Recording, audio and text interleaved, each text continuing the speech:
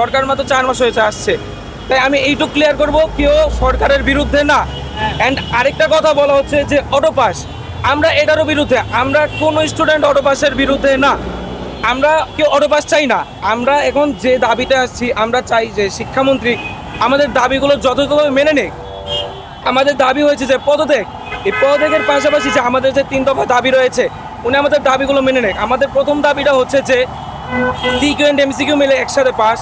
Second দাবি যে যারা পরীক্ষা দিতে পারেনি তাদের সবার পরীক্ষা নেওয়া হবে। ইতিমধ্যে উনি এই কথাটা বলেছে, যারা পরীক্ষা দিতে পারেনি তাদের পরীক্ষা নেবে।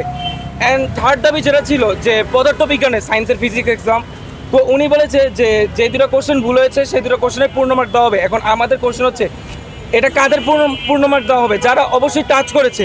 তো যারা টাচ করেনি তাদের কি হবে? তো এই বিষয়ে যথাযথভাবে একটা ওনার সলিউশন দিতে হবে।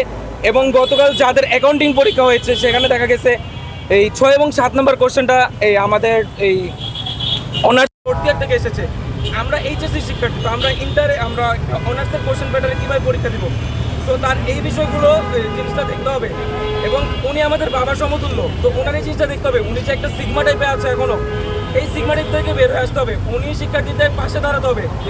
একটা শিক্ষার্থী একটা যদি পড়াশোনার সিস্টেম ঠিক করতে হয়, ওনার স্টেপ বাই স্টেপ আগাতে হবে। এই যে আমাদের 26 ব্যাচে যারা আছে শিক্ষার্থী, এদের যে অনেকের জীবন চলে গেছে। ওই দিন রাজশাহীর একজনের সুসাইড করেছে, এই জীবন দায়ভারটা কে নেবে?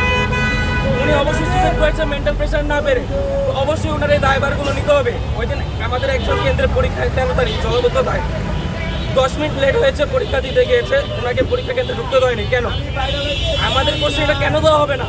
ওনাকে এমসিকিউ থেকে 10 মিনিট লেট করে দেওয়া হতো, 10 মিনিট কাটা হতো, বাট তারা এটা করেনি।